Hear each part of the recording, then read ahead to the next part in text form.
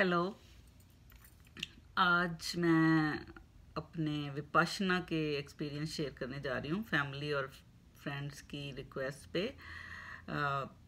Family के कुछ members और कुछ फ्रेंड्स ने कहा कि तुम बताओ ये विपाशना होती क्या है और तुमने क्या पाया इससे। तो मैं दो कोर्सेज अटेंड कर चुकी हूँ। पहला कोर्स मैंने अटेंड किया था जनवरी 2020 में, जब मैं इंडिया में थी। पहला कोर्स मैंने बोध गया में अटेंड किया, जहाँ बुद्धा का बहुत बड़ा टेंपल है, वो बोधि ट्री भी है, जहाँ पे जिसके नीचे उसको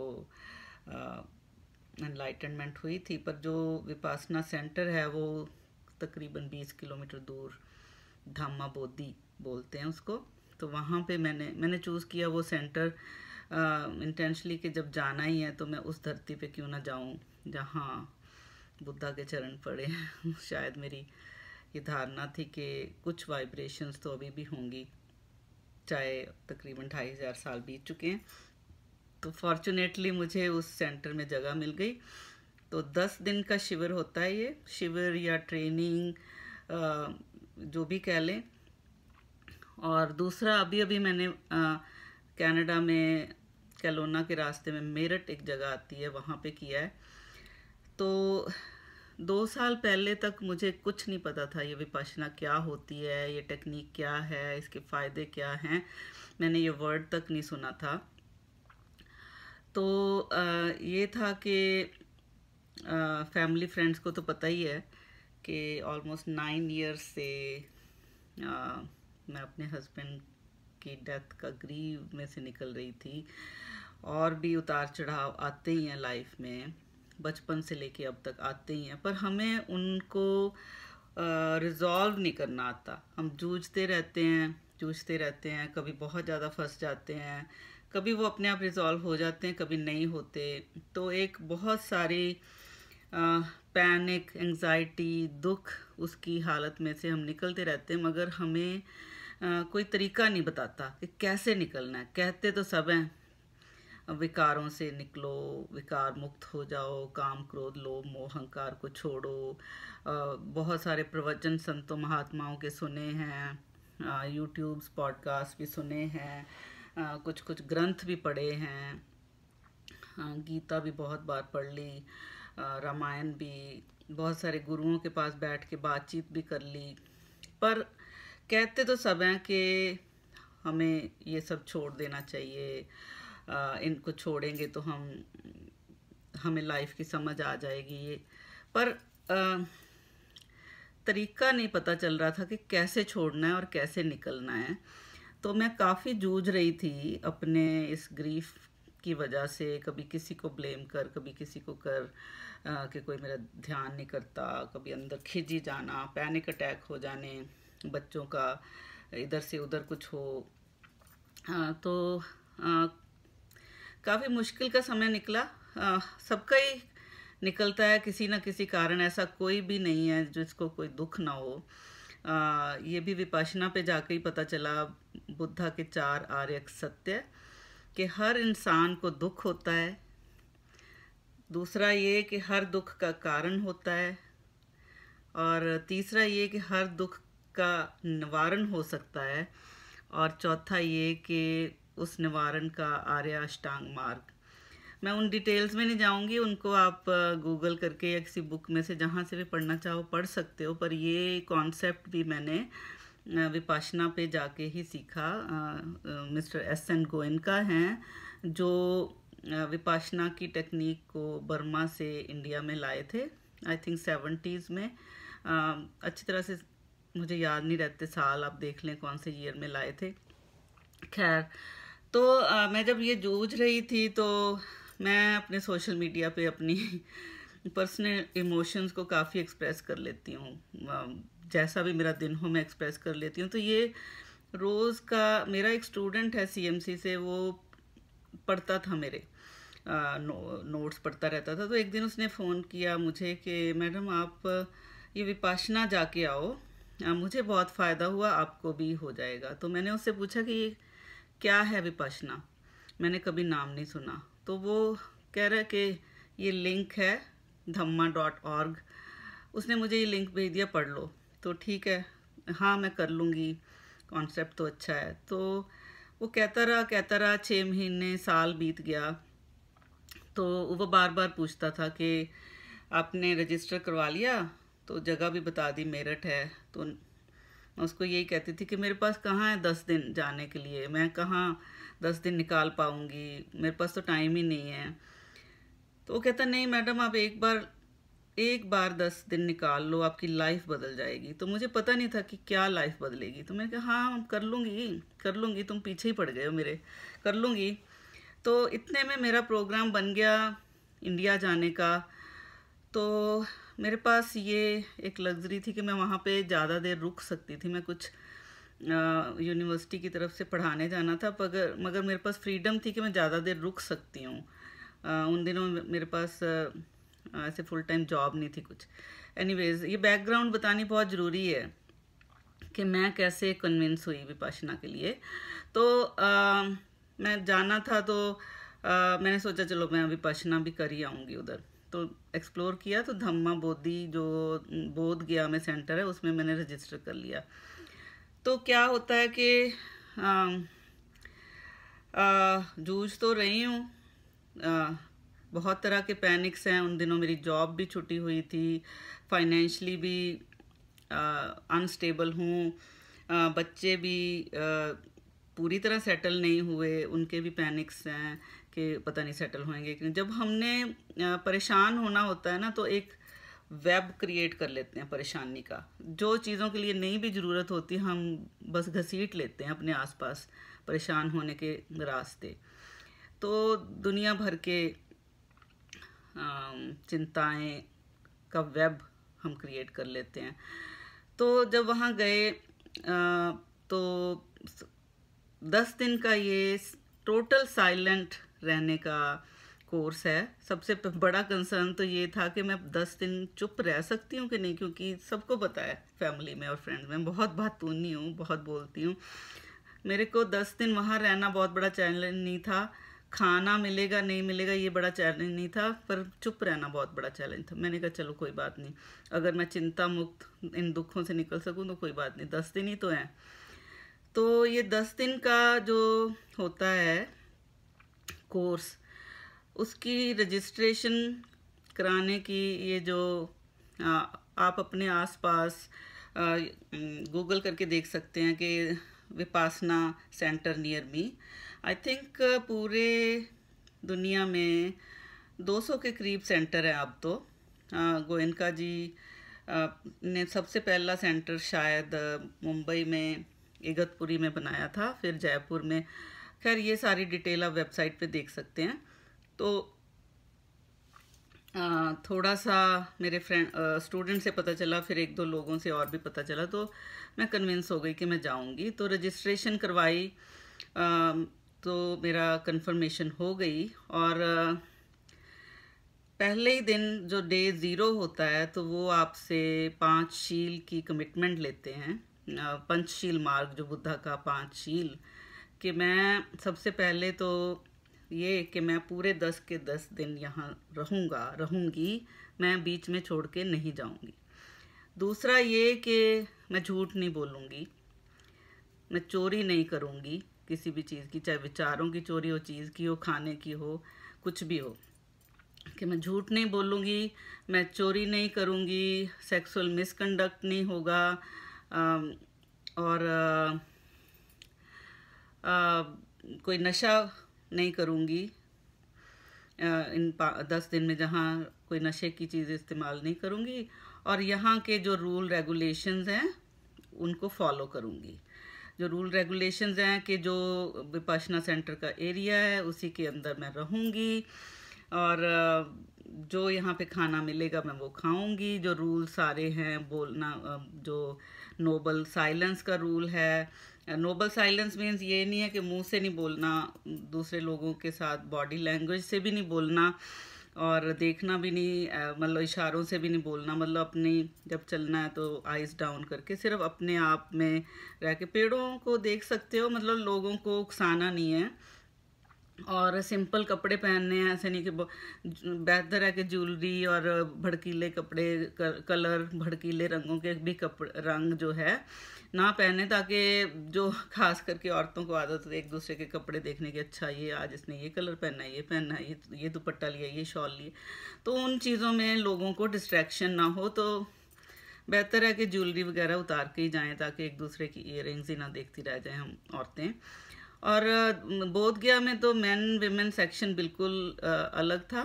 सो मैन को विमेन को देखने का ऐसे कोई चांस था नहीं, ताकि किसी को कोई इस तरह की अट्रैक्शन हो सके। सो वो वहाँ का सेंटर था।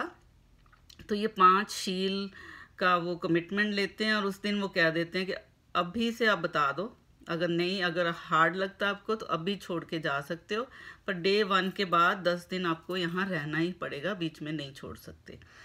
तो ठीक है, वो कमिटमेंट ले ली। और अगले दिन सुबह से ये डे 1 का जो शुरू हो गया, और उनका स्केड्यूल जो है सुनने में काफ़ी टफ लगता है। पर दूसरा जो मेरा चैलेंज था, मैं सुबह नहीं उठ सकती थी, मैं कभी नहीं उठी सुबह ज़िंदगी में, पर उस जगह पे कैसे हो गया। और तीसरा जो चैलेंज हो सकता है आजकल के ज़माने में, कि कोई टेक्नोलॉजी का इस्तेमाल नहीं, फ़ोन आपको जमा कराना पड़ता है, आपकी बिलोंग या जो पैसे हैं, कोई ज्वेलरी या जो भी है, उधर लॉकर में रख देना पड़ता है, ताकि आपको चिंता ना हो कि मेरे रूम से पैसे चोरी हो जाएंगे, ये चोरी हो जाएगा। तो जो भी आपकी कीमती बिलोंगिंग्स हैं वो उधर जमा करा दो, आराम से रहो, कोई चोरी होती ही नहीं जब सभी कमिटमेंट ले लेते हैं। तो ये काफ़ी सारे चैलेंजेस दिमाग में हो सकते हैं। एक तो बोलना नहीं, सुबह उठना है, खाना पीना लिमिटेड होगा और टाइमिंग्स पे होगा, और कोई टेक्नोलॉजी नहीं जब हमें इतनी आदत पड़ी होती है। तो ये सुनने में बहुत मुश्किल होती हैं, पर मैं बहुत हैरान हूँ कि सब बहुत आसानी से हो गया था। और सुबह जब स्केड्यूल शुरू होता है, रोज़ सुबह पहला सेशन होता है 4:30 से 6:30 तक। तो 4:30 बजे के लिए 4 बजे वो बेल लेके घूमते हैं, घंटी ऐसे वाली, तो वो उठा देते हैं आपको। नहीं तो आप अपना अलार्म क्लॉक छोटा सा ले जाएं। वो सारी इंस्ट्रक्शंस लिखी होती हैं ईमेल में जब आपकी सिलेक्शन हो जाती है, तो वरी करने की ज़रूरत नहीं, कपड़े कैसे पहनने हैं, ढीले कपड़े हैं, ये हैं कॉटन के पहन लो, पसीना आएगा, ये वो सारा कुछ मौसम के हिसाब से इंस्ट्रक्शंस आपको आ जाती हैं। और मैं बड़ी हैरान थी कि मैं सारे 10 के 10 दिन 3:30 बजे उठ जाती थी, क्योंकि मेरी एक रूममेट थी, और मेरे को ये था कि उससे पहले मैं बाथरूम यूज़ कर लूँ ताकि उसको दिक्कत ना हो, ताकि 4 बजे उसको बाथरूम मिल जाए। और मैं इतनी हैरान थी, मैं रोज़ 3:30 बजे उठ जाती हूँ बिना किसी प्रॉब्लम से। सो पहला सेशन 4:30 से 6:30, हर 1 घंटे के बाद आपको 10 मिनट की ब्रेक मिलती है। ऐसे नहीं कि 2 घंटे आपने बैठे ही रहना है। तो उधर आप गूगल करके देख लें, उधर जो धम्मा हॉल जिसको बोलते हैं, धर्मा को पाली भाषा में धम्मा बोलते हैं, तो धम्मा हॉल में कुशन्स आपको मिल जाते हैं, और उस छोटे कुशन्स, बैठने के मेडिटेशन के कुशन मिल जाते हैं। यहाँ मेरठ में तो बहुत तरह के कुशन उन्होंने भी प्रोवाइड किए थे, बड़े बड़े तरह के कुशन, पर मैं अपना ले गई थी। तो 4:30 से 5:30 एक सेशन करके 10 मिनट का मतलब ब्रेक होती है, और फिर 6:30 तक, 6:30 से ऑलमोस्ट 1 घंटे तक ब्रेकफास्ट होता है। बहुत हेल्थी ब्रेकफास्ट, इंडिया में इंडियन मेन्यू था, यहाँ पे कैनेडियन मेन्यू था, बहुत हेल्थी ऑर्गेनिक खाना, और बहुत ए क्लास खाना। आपको कोई आपकी अगर आप ग्लूटेन फ्री हो, कीटो डाइट कर रहे हो, जिस तरह की डिफरेंट डाइट के हिसाब से उन्होंने मेन्यू रखा होता है, वैरायटी, फ्रूट्स होते हैं और सारा कुछ, ठीक है। तो उसके बाद आप नहा लो, कुछ जो भी आपका रेस्ट है, तो उसका अगला सेशन होता है 8 से 9, 9 से 10, 10 से 11 घंटे के 3 सेशन हैं 11 बजे तक। हर घंटे के बाद 10 मिनट की ब्रेक है, वॉशरूम जा लो, ये वो पानी पी लो, जो भी है, स्ट्रेच कर लो। तो सुनने में बहुत मुश्किल होता है 3 घंटे बैठना, पर किस तरह से एनर्जी वहाँ पे जनरेट होती है वो बैठा जाता है। तो 11 बजे लंच होता है। पूरे वर्ल्ड में सेम ही स्केड्यूल है, बता दूं मैं आपको। तो 11 बजे से 12 बजे तक या पौने 12 तक लंच होता है। Again very healthy menu. India में दाल चावल ढोकला जो भी कढ़ी रोटी ये सब होता था, इधर कनाडा में कैनेडियन स्टाइल का मेन्यू था। बहुत हेल्थी, कोई ब्लोटिंग नहीं हुई, कुछ नहीं हुई। बहुत स्वाद लगा मुझे तो। खाना बिल्कुल ऐसे नहीं कि मैंने कुछ मिस कर रही हूँ। बड़ा ही बैलेंस्ड कैनेडियन फूड गाइड के हिसाब से खाना देते हैं। दही, कार्ब्स कितने, ये वो कार्ब्स को कम रख के ताकि बैठना है बाद में फिर से। तो बहुत अच्छा खाना। फिर 12 से 1 जो टाइम होता है वो क्वेश्चन आंसर के लिए होता है कि अगर किसी को कोई सवाल है कि ये नहीं हो रहा, तो जो असिस्टेंट टीचर्स होते हैं, जो टीचर्स वो पढ़ाता कोई नहीं, उधर बैठ के फ्रंट में बैठे ही होते हैं। वो भी साइलेंस में मेडिटेट ही कर रहे होते हैं आपके साथ। पर अगर आपको कोई क्वेश्चन है तो आपके वो क्वेश्चंस के जवाब दे देते हैं। तो उसके लिए आपको जो वॉलंटियर्स होते हैं उनको नाम लिखवाना पड़ता है कि मैं क्वेश्चन पूछना चाहता हूँ। तो जो वॉलंटियर्स होते हैं उनके साथ अब छोटी सी कन्वर्सेशन, बिल्कुल जितनी के बिना गुजारा नहीं उतना का आप उनके साथ बोल सकते हो, पर आपस में नहीं बोल सकते। वो नोबल साइलेंस उसको ये कहते हैं। गोयनका जी ने नोबल साइलेंस का मतलब अपने लेक्चर्स में बहुत अच्छी तरह समझाया है। तो 12 से 1 वो है। अगर आपको नहीं है कोई सवाल तो आप अपने रूम में जाके रेस्ट कर लो, वॉक कर लो, जो भी सोना सो लो, जो भी आपने करना है। तो उसके अगला सेशन होता है 1 से 2। सो 1 से 2 या 2:15 तक का सेशन है, वही बैठने का ही। मैं आपको बाद में बताती हूँ बैठने में करते क्या है, पर मैं थोड़ा स्केड्यूल बता दूँ।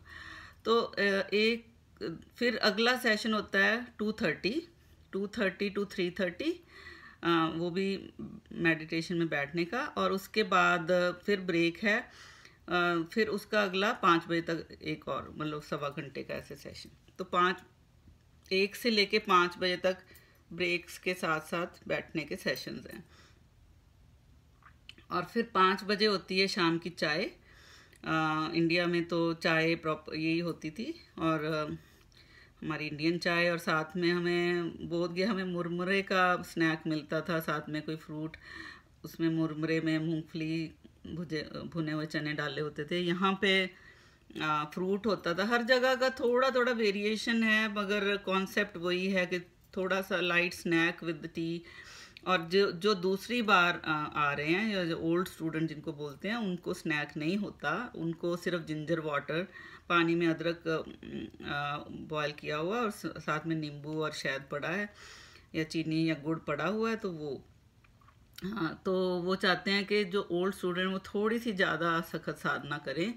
उनका 12 बजे के बाद खाने को कुछ नहीं होता। तो 5 से 6 वो हो गया। 6 से 7 फिर साधना का टाइम है।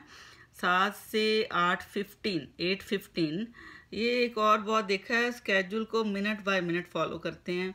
सो 8:15 तक आप मिस्टर SN गोयनका के डिस्कोर्सेज हैं, यूट्यूब पे भी पड़े हुए हैं, डे 1 से लेके डे 10 तक। सुनने हो तो सुन सकते हो पहले, पर बेटर यही है कि अगर वहीं सुने जाएं कि किस कॉन्टेक्स्ट में वो बोल रहे हैं, क्योंकि पूरा दिन में जो हमने किया होता है उसी को वो एक्सप्लेन करते हैं, और कल क्या करना है वो बताते हैं।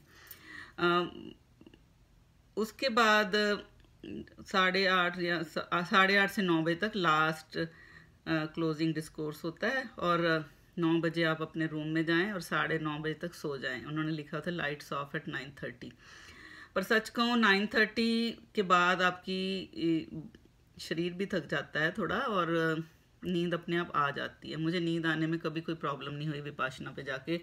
9:30 में अपने बेड पे 9:35 तक चेंज करती हूँ, हेड डाउन करती हूँ, झट से नींद आ जाती है मुझे। तो उसके बाद 9:30 सोए और सुबह फिर 3:30 उठ गए। तो ये स्केड्यूल फॉलो करने में मुझे कोई परेशानी नहीं हुई।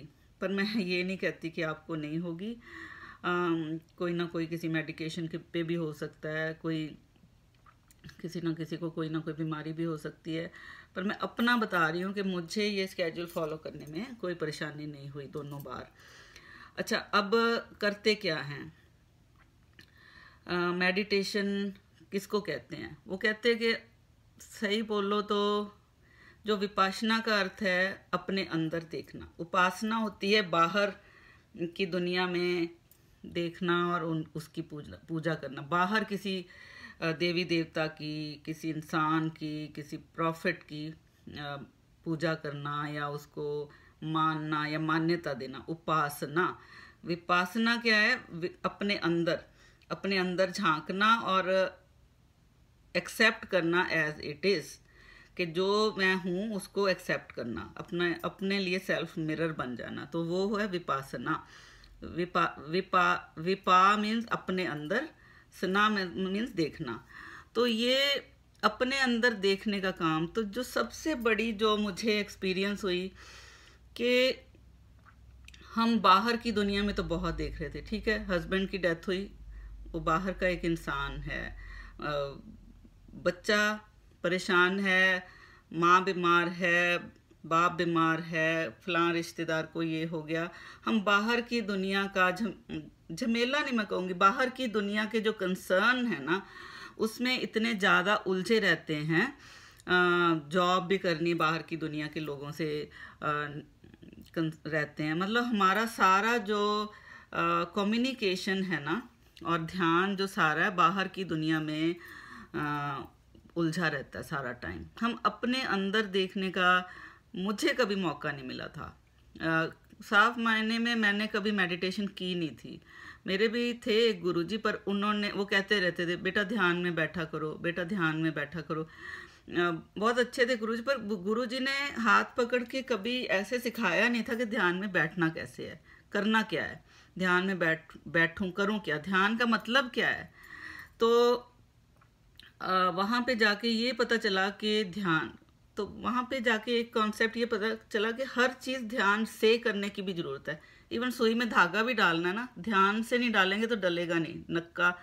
नक्का इधर, मेरी नज़र इधर, और मेरे हाथ हिलने, मतलब जितनी देर मैं ध्यान ना दूं तो मैं सुई में धागा तक नहीं डाल सकती। अगर सोच के देखो तो एक कदम नहीं चल सकती ध्यान ना दूं तो। सामने गड्ढा हो और मैं गड्ढे में गिर जाऊंगी, मेरे को, मैं चलते हुए ध्यान ना करूं। पर सबकॉन्शियसली हम ध्यान करते हैं, पर उस ध्यान को ध्यान से देखना कि मैं ध्यान कर रही हूँ, ये वहाँ पे जाके पता चला कि ध्यान होता क्या है और खुद को देखना होता क्या है। तो ये वहाँ पे जाके सीखा। और खुद को देखने का फ़ायदा क्या है, मतलब क्यों देखें हम खुद को, उससे क्या हो जाएगा, तो उससे क्या फ़ायदा मिलेगा मुझे कि मैं 10 दिन बैठी हूँ सिर्फ अपने आप को देख रही हूँ, पागल हूँ क्या। तो ये सारा कुछ मतलब समझ आए ये ध्यान करने के।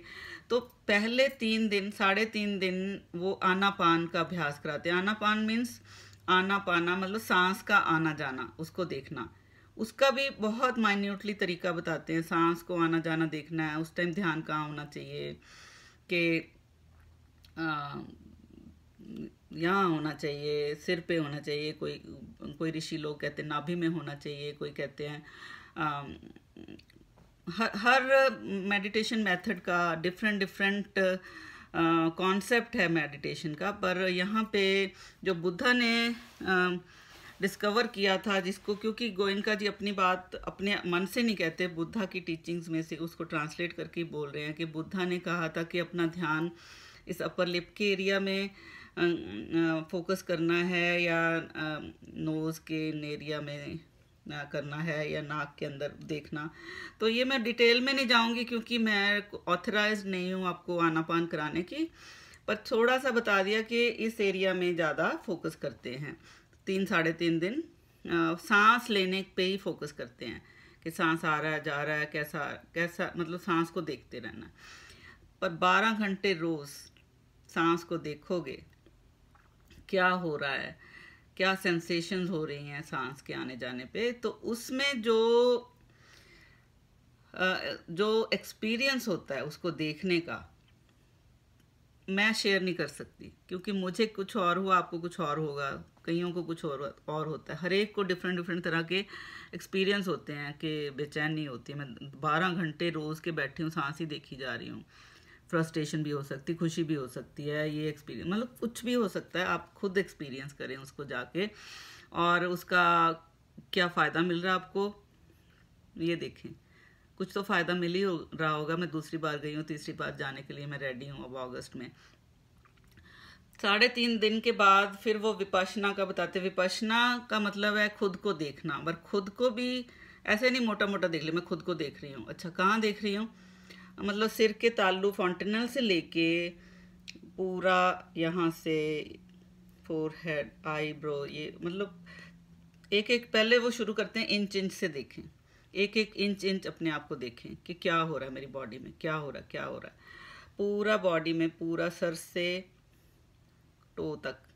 अगले दिन कहते हैं टो से ऊपर ऊपर को चले जाएं। फिर फ्री फ्लो, मतलब 1 सेकंड में, एक चुटकी में पूरा बॉडी को भी देख सकते हैं दोनों।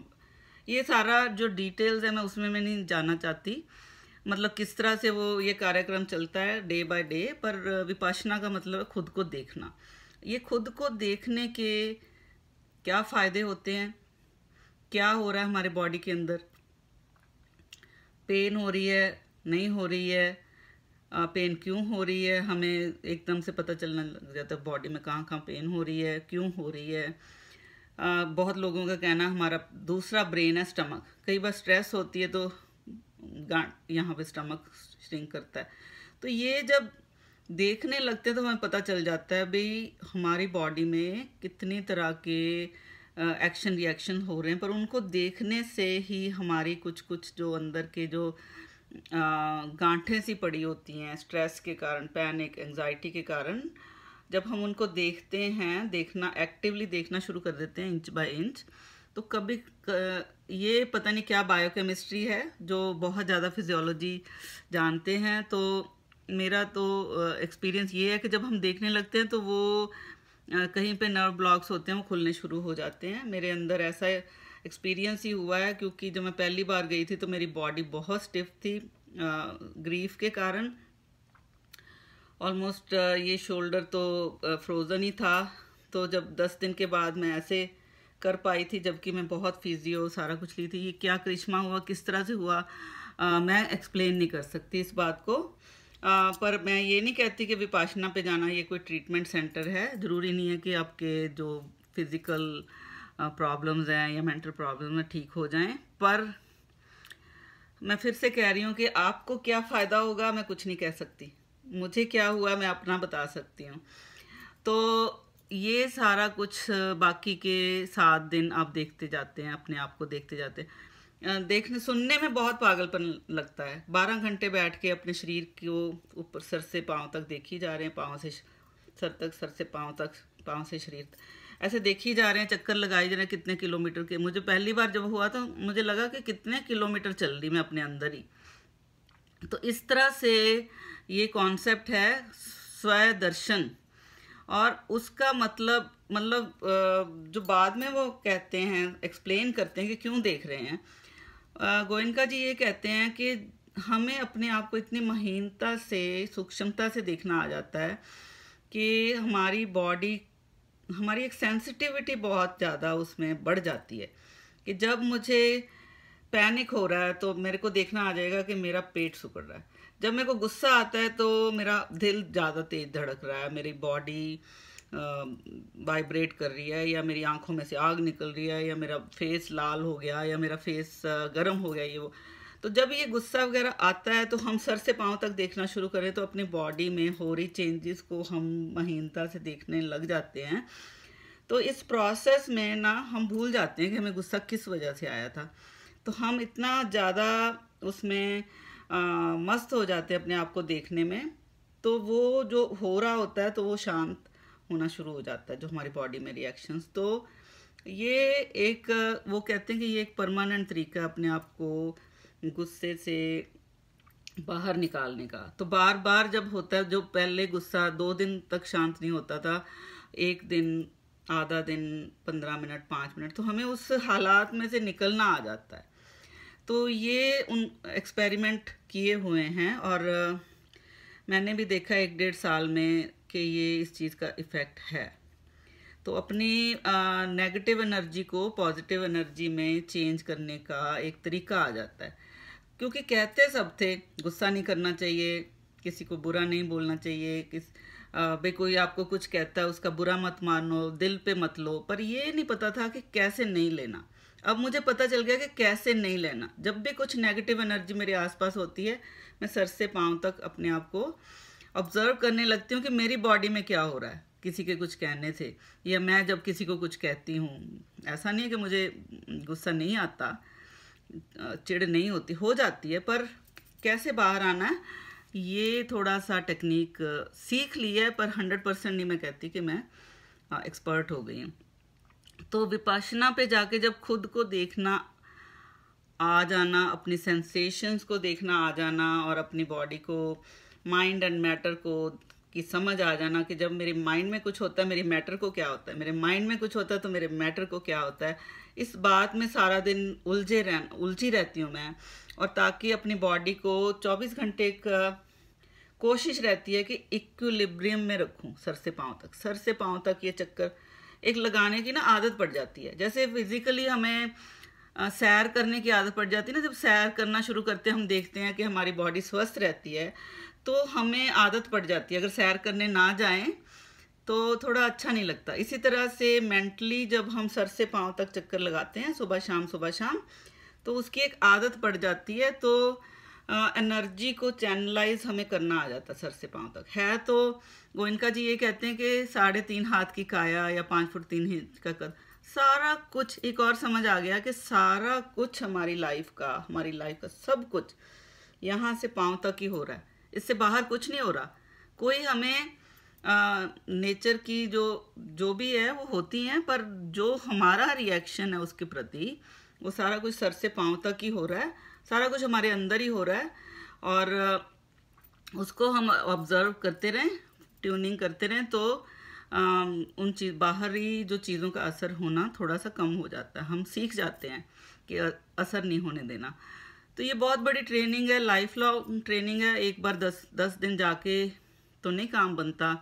जैसे कोई भी कोर्स करें, जैसे फर्स्ट एड का कोर्स करते हैं, उसका फिर से रिफ्रेशर करना पड़ता है। इसी तरह से लोगों को बार बार जाना पड़ता है और अपने फाइन ट्यूनिंग के लिए, आदत डालने के लिए कोई 10 दिन जाके कोई बुद्ध नहीं बन जाता।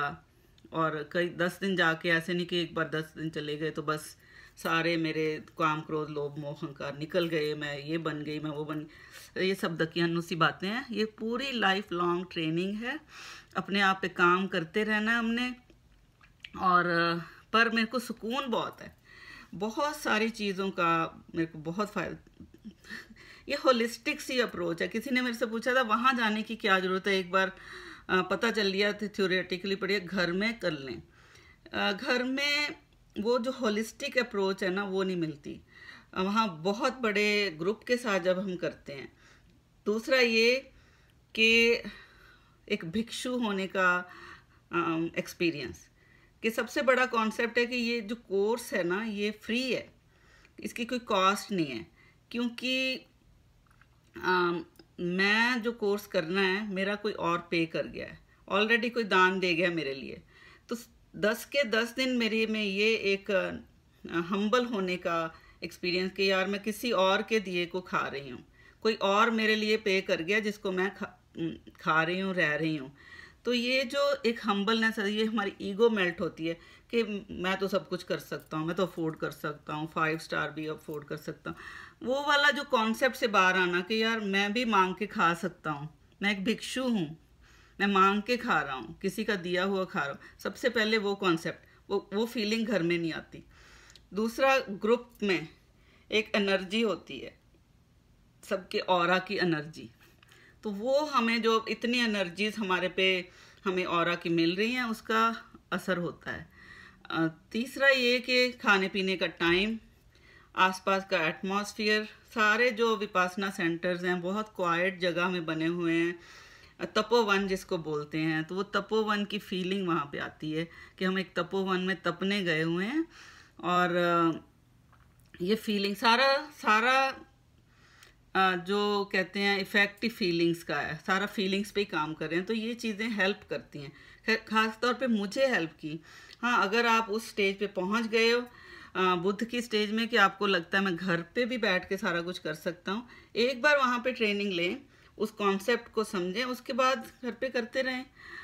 कोई नहीं, कोई फ़र्क नहीं है। बहुत सारे लोग घर पे रहते हुए भी सेल्फ कोर्स भी करते हैं। आप उनको बता दो कि मैं 10 दिन का सेल्फ कोर्स कर रहा हूँ, ये वो मटेरियल जो भी वहाँ पे सुनाया जाता है सुबह से शाम तक, वो आपको भेज देते हैं। क्योंकि हर साधना से पहले थोड़ी देर गोयनका जी के दोहे या कोई कॉन्सेप्ट या आनापान कैसे करना है उसकी इंस्ट्रक्शंस वो चलाते हैं ऑडियो में।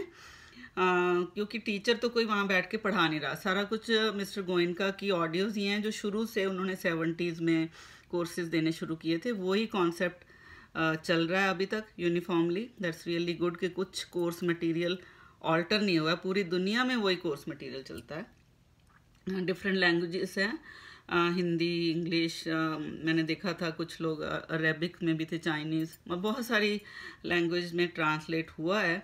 इवनिंग के डिस्कोर्सेज भी बहुत सारी लैंग्वेजेस में हैं। मैंने तो हिंदी में सुने थे पहली बार, इस बार इंग्लिश में सुन लिए। तो जो भी लैंग्वेज आपको कंफर्टेबल लगती है वो सुन लो। ये शायद मैंने जल्दी जल्दी में काफ़ी कुछ छोड़ भी दिया होगा, फिर भी काफ़ी टाइम हो गया, 36 मिनट्स की वीडियो बन गई है, 9-10 मिनट की सोची थी। पर मैं थोड़ा सा कॉम्प्रिहेंसिवली देना चाहती थी कि मैं तो उस अपने स्टूडेंट की बहुत थैंकफुल हूँ कि उसने महसूस किया कि मेरे को विपासना हेल्प कर सकती है, और उसने प्रोएक्टिवली मुझे फ़ोन करके बोला कि मैडम आप ये करके देखो, लाइफ बदल जाएगी। वाकई में मेरी लाइफ बदल गई है। ये सारा जो मेडिटेशन का कॉन्सेप्ट है, ये मेडिटेशन एक्चुअली है ही नहीं। विपासना का मतलब जो हो रहा है उसको उस तरह से देखो। अगर बॉडी में पेन हो रही है तो हाँ जी, घुटने में पेन हो रही है, आगे बढ़ जाओ। हाँ, घुटने में पेन हो रही है, यहाँ पेन हो रही है, वहाँ पे उसको ऑब्जर्व किया, उस अगले अंग पे चले गए। यहाँ पे अच्छा लग रहा है, ठंडा लग रहा है, गर्म लग रहा है, जो भी लग रहा है उसको देखें और आगे चलते रहें, और सिर्फ ऑब्जर्व करें उसको। हाय, ओ हाय मेरा गोड्डा दुख रहा है, ऐसे नहीं, हाय ना करें, आगे की आगे, बस observe and move on, observe and move on. ये एक कॉन्सेप्ट है। दूसरा जो एक कॉन्सेप्ट, बहुत बड़ा कॉन्सेप्ट मैंने जो सीखा है ना, अनित्य, लॉ ऑफ इम्परमानेंस, उसमें बहुत बड़ी मुझे कॉन्फिडेंस आई है लाइफ की, कि जो भी हो रहा है ना मेरे साथ इम्परमानेंट है। मेरे साथ मतलब कोई दुख भी आया, बड़ी सारी मुसीबतें, ऐसा नहीं कि विपासना करने के बाद मेरे पे मुसीबतें आनी बंद हो गई। मुसीबत आती है, फिर मैं कहती हूँ ये अनित्य है, ये इम्परमानेंट है, ये भी चली जाएगी, ये भी गुजर जाएगा।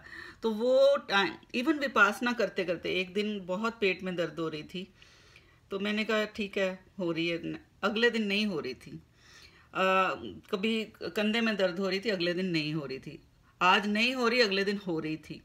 ऐसा नहीं है कि आज मेरा सारा शरीर बहुत लाइट महसूस कर रहा है, वो भी अनित्य है। जिस दिन आप बहुत हेल्थी महसूस करते हैं, खुश महसूस करते हैं, वो भी अनित्य है। सो लॉ ऑफ इम्परमानेंस का जो कॉन्सेप्ट, जो मैंने वहाँ पे जाके उस पर ध्यान गया, मेरा पता तो पहले भी था कि पतझड़ के बाद सर्दी आती है, बरसात, मौसम बदलते हैं, सब कुछ पता ही था। लॉ ऑफ इम्परमानेंस नेचर में नहीं होता क्या, सारे जगह होता है, हमारी बॉडी में होता है। बाल काले थे अब सफ़ेद हो गए, ठीक है, फेस यंग था अब झुर्रियाँ पड़ गई, तो सबको पता ही है।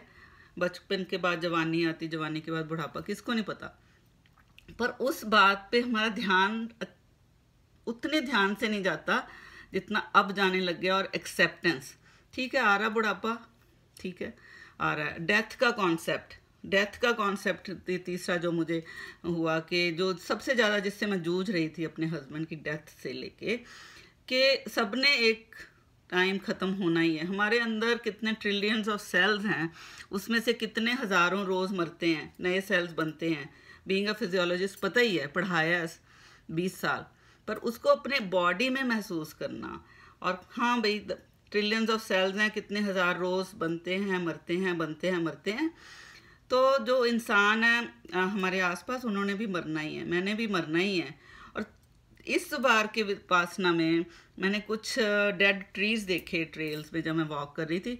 तो ये कॉन्सेप्ट वहाँ से उस ट्रीज में से स्क्विरल्स लेके कुछ कुछ ला रही हैं, कुछ कीड़े मकोड़े वहाँ पे कुछ खा रहे हैं, कुछ कुछ। तो वो जो डेड ट्रीज हैं वो हमारे लिविंग बीइंग्स के लिए फूड बन गए हैं, इवन लिविंग ट्रीज के लिए फूड बन गए हैं। तो मुझे ये कॉन्सेप्ट आया कि मरना तो बहुत ज़रूरी है भाई, मरेंगे नहीं तो लिविंग बीइंग्स के लिए फूड कहाँ से आएगा। हमारी भी हड्डियाँ जब गंगा जी में जाती हैं, वो मिनरल्स पानी में जाते हैं, वो पानी फिर पौधों को लगता है, फूड में जाता है, फूड खाते हैं। तो ये एक सर्कल ऑफ लाइफ है। बुद्धा ने भी सर्कल ऑफ लाइफ ये जो घूमता रहते हैं, यही है कि अगर मैं मरूंगी नहीं तो जिंदा लोगों को खाना कहाँ से मिलेगा। तो मुझे ये हुआ कि I am so ready to die. शायद मेरा जिंदा रह के उतना फ़ायदा नहीं जितना मेरा मर के फ़ायदा होगा, इतने पेड़ों को, जानवरों को, ये वो। तो मेरे को एक दिन तो बहुत अंदर से ये आया कि यार मैं कब मरूंगी, मैं तो मरना चाहती हूँ ताकि फ़ायदा हो जाए। तो ये कॉन्सेप्ट ऑफ डेथ, मुझे मरने से अब डर नहीं लगता। मुझे दूसरों के मरने का बुरा नहीं लग रहा। जिसके मरने का मुझे बुरा लग रहा था वो कॉन्सेप्ट पूरा निकल गया कि उसने तो जाना ही था, आज नहीं तो कल मैंने भी जाना ही है। तो ये कॉन्सेप्ट ऑफ डेथ मेरे दिमाग में ना पूरी तरह से समझ आ गया मुझे।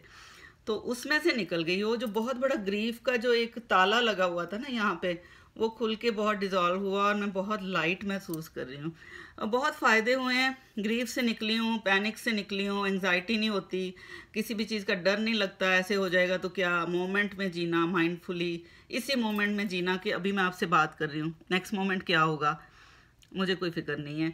तो ये बॉडी को देखते देखते देखते देखते ये कॉन्सेप्ट पता नहीं कहाँ से अंदर आ जाते हैं, क्योंकि 12 घंटे रोज़ के 10 दिन 120 घंटे का जो पैकेज है ना बैठने का, मेरी समझ में ये आया, एक नहीं 2 दिन नहीं, काफ़ी नहीं, रोज़ का 12 घंटे। दिन है हमारा 16 घंटे का, 4:30 से 9, उसमें से एवरेज 12 घंटे की सिटिंग है। अगर आपसे चौंकड़ी मार के नहीं बैठा जाता तो कुर्सी पे बैठ लें। किस पोस्चर में बैठते हैं वो इम्पॉर्टेंट नहीं है, एक ही पोस्चर में कमिटमेंट में बैठते हैं या बैठते हैं, किस पोस्चर में बैठते हैं वो इम्पॉर्टेंट नहीं, वो तो एक फिजिकल चीज़ है। पर हम बैठते हैं अपने आप के साथ और अपने आप को ऑब्जर्व करते हैं, वो इम्पॉर्टेंट कॉन्सेप्ट है। और रोज़ का 12 घंटे 10 दिन में 120 घंटे लगातार, उसमें इतनी इंट्रोस्पेक्शन हो जाती है।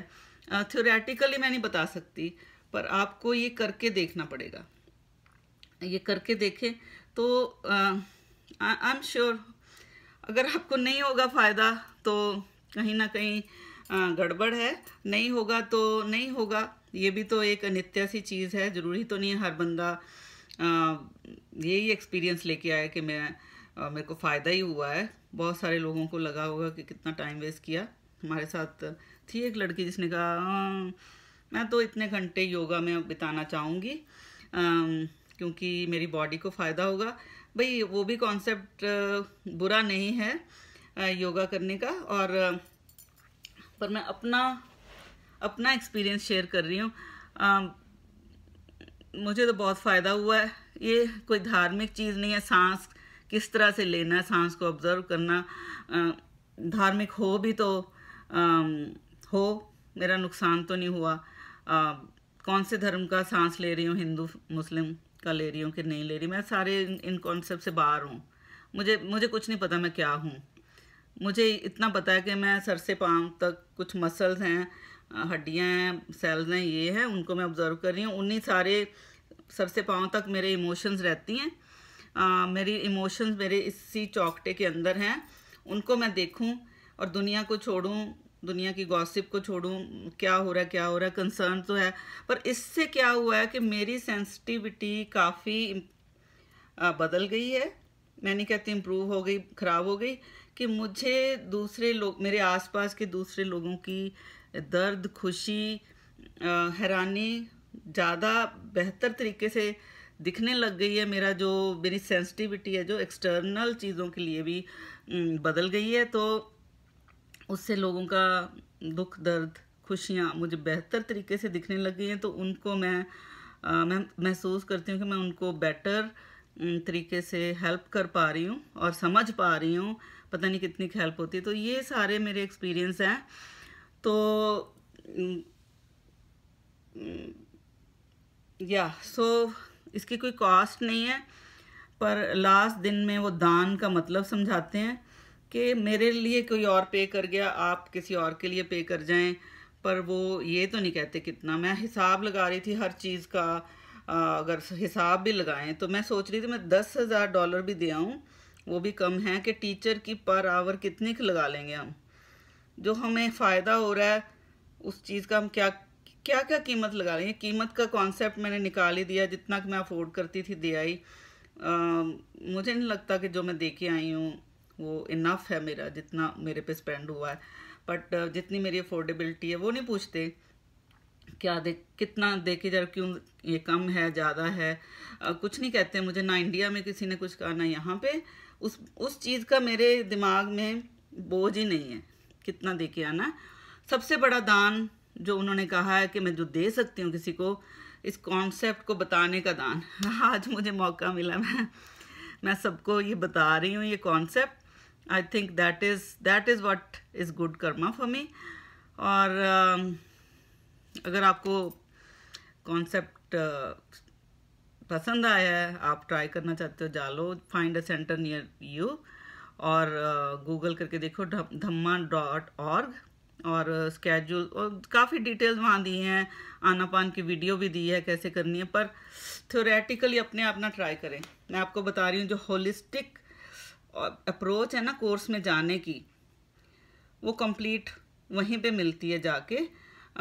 पार्ट्स में 10 चीज़ों में जब एक भी छूट जाती है ना तो ट्रेनिंग इनकम्प्लीट है। ये मेरा मानना है एक्सपीरियंस के तौर पे। सिर्फ लेक्चर सुन लेना इनफ नहीं है, सिर्फ अपना खाना चेंज कर लेना इनफ नहीं है। सबसे बड़ा जो फ़ायदा हुआ मेरा 15 पाउंड वेट कम हुआ है, क्योंकि मैंने वही टाइमिंग्स अपना लिए हैं खाने के। 6:30 नाश्ता, जैसे सुबह जल्दी नाश्ता, लंच जल्दी और डिनर को ना करना, तो मेरा बॉडी में ये ब्लोटिंग नहीं होती, बॉडी एक्स नहीं होती, हैवीपन नहीं लगता। पर सिर्फ खाने को ट्वीक करना विपासना नहीं है, सिर्फ मेडिटेशन में बैठना विपासना नहीं है। ये सारा कुछ होलिस्टिक जो इफ़ेक्ट है ना कंबाइंड, वो एक अपने आप में एक्सपीरियंस है। सो आई डोंट नो मैंने कितना अच्छी तरह बताया आपको, और बहुत तेज़ तेज़ बोल रही हूँ, उसके बावजूद भी काफ़ी टाइम हो गया। और चलो, थैंक यू, आपने मुझसे पूछा और मुझे बताने का मौका मिला। और आगे आपकी मर्ज़ी, जैसे भी आप करना चाहते हो। मैं बहुत खुश हूँ जो भी कर रही हूँ, और बहुत सेटिस्फेक्शन है मुझे, और फ़ायदा भी है। मुझे जो भी मैं फ़ायदा लेना जो मेरा गोल था, मेरा वो अचीव होता हुआ नज़र आ रहा है। कि जिस चीज़ में से मैं बाहर आना चाहती थी, जो चीज़ें मुझे परेशान कर रही थी, मुझे बहुत लाइट फील कर रही हूँ। अभी कोरोना के टाइम कुछ फ्रेंड्स के हस्बैंड्स की डेथ हुई, मेरे गुरुजी की भी डेथ हुई, कुछ दोस्त बहुत ज़्यादा बीमार हुए। मुझे लगता है मैं पहली वाली कुसुम होती तो बहुत पेट मेरा इकट्ठा हो जाना था, परेशानियों ने मुझे जकड़ लेना था। पर इस टाइम मैं उन सब डेथ्स को और ये कोविड के पूरे पीरियड को मैं किस तरह से प्रोसेस कर पाई हूँ, बहुत कमेंडेबल है। मुझे बहुत बड़ी चेंज अपने आप में इस दौरान नज़र आ रही है कि मैंने इस पूरी प्रोसेस को किस तरह से जिया है और कितना कम परेशान होके जिया है। या I can see the change in my self. मैं ऑब्ज़र्व करती हूँ, वही तो सीखा है, ऑब्ज़र्व एज इट इज़। तो सुबह शाम दिन रात, सुबह काम करते हुए, चलते फिरते हुए, वो एक आदत सी बन गई अपने आप को ऑब्ज़र्व करते रहने की। तो सारा टाइम ऑब्ज़र्व करते हैं, बिना ध्यान अपने ऊपर ध्यान दिए बिना जीना मैंने छोड़ दिया है। पूरा टाइम ध्यान मेरा अपने आप पे होता है। I am the first priority of my life, तब बाकी सारा कुछ अपने आप से प्यार करना सीख गई हूँ। मैं जैसी भी हूँ, मेरे बाल सफ़ेद हैं, झुर्रियाँ हैं, ये मैंने एक्सेप्ट, जो भी है, एजिंग हो रही है, जो भी है उसको ऑब्ज़र्व करके अपने आप को एक्सेप्ट करना। सुंदर हूँ, नहीं हूँ, जो भी हूँ उसको एक्सेप्ट करना। बहुत मज़ा आ रहा है, बहुत मज़ा आ रहा है। फुल्ली एकम्प्लिश्ड लगती है लाइफ।